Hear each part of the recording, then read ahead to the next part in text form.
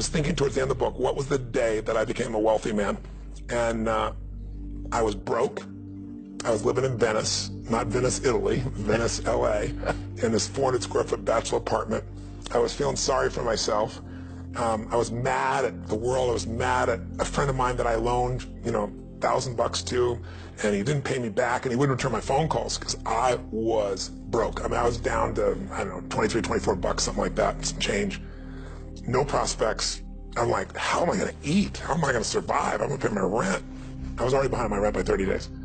And when I was 17, my mom kicked my dad out. He went back east and kicked me out, and I survived by scratching up enough money each day and then going to the smorgasbord and like loading up for the winter, just eating all I could to make it last a day or two. And I thought, okay, that's what I'm going to do. And I walked because I didn't want to take my car and the gas or pay for parking. Didn't have that kind of money. And I walked 3-4 miles from Venice to this place in Marina del Rey. It's still there. And it's called El Torito. It's this little Mexican restaurant that's on the water where all the, the amazing yachts are. And I thought, I'm going to go there and I'm going to absorb this abundance environment because I'm so scarce. And I'm going to eat all I can possibly eat, for $5.95 of this tacos and salad. Incredibly healthy, energizing. Of course, totally energizing. Like something I go have a good sleep afterwards and forget all this, right? And I went in, I loaded up for winter, and I ate all the stuff, and I'm looking out there, and it was a beautiful day, and it was gorgeous. And so I got up to go pay, and as I got to go pay, in the front door walks this little boy, probably 8 years old, and 7, 8 years old. And he was dressed in a suit, and he's just like, kind of demure like you right now. If anything, I'm certainly demure, as you well know. That's I well know. But sincerely, he was just really, I don't know, there was something about this kid, this air about him, and he opened the door for his mother, and he pulled the chair out for her, and I don't know, something about it just struck me emotionally, very deeply. And I was just touched, thinking, this little boy has got so much heart and class. And so I walked up to him. I paid my bill and walked up to him, and I said hi, and I introduced myself, and I was nobody. He was who the hell's Tony Robbins? No Tony Robbins.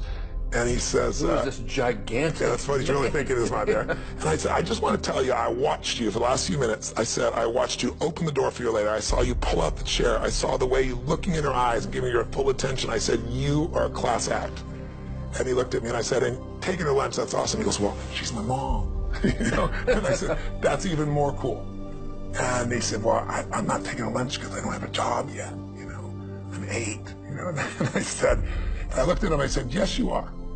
And I didn't have any plan. I just reached in my pocket, took all the money I had in the world. It was like 19 bucks and some change, whatever was left after that. And I just sat down in front of him in front of the table. And he looked up at me, his eyes got big as garbage can covers. He goes, what's that? And he smiled, and I said, that's yours. He goes, I can't take that. And I said, yes, you can. He said, how come? I said, because I'm bigger than you are. And then I didn't say another word. Every time. I didn't say another word. I just turned. I didn't even look at his mom. I wasn't doing it for attention. And I walked out that door. And I didn't walk out that door. I flew out of that door, man. I had no car. I was walking home, I just felt like so alive. I felt so free. And I should have been scared shitless. I got no money. I don't know where I'm going to feed myself. You're giving my last meal. There wasn't an ounce of fear in me. It was like in that moment, scarcity died. It just died. It was out of my life.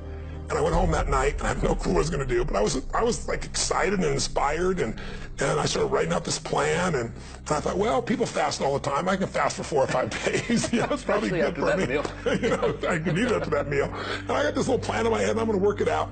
And I woke up the next morning, and I had no fear in me, and I'm going to go work my plan. And the old snail mail arrived, and there I get this old envelope in the old days, right? Tear the thing open, and it's a check from the guy who wouldn't even return my phone call for more than $1,000. He did some interest in, and $1,200 in those days would cover my butt for 2 weeks to a month, right? It was like, and I started to cry, and I'll never forget. I think to myself, what does this mean?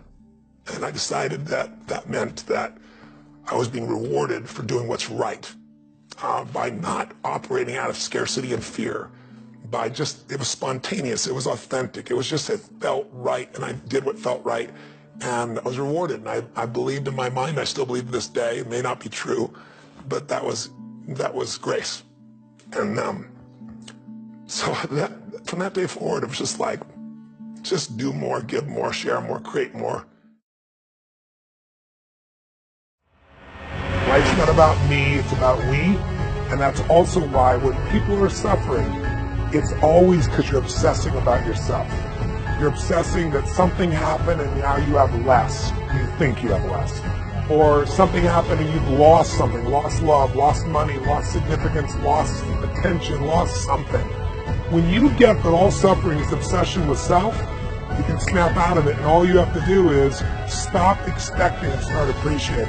You know, if you're going to wait till you think you have something, you're never going to have something of any size or scope.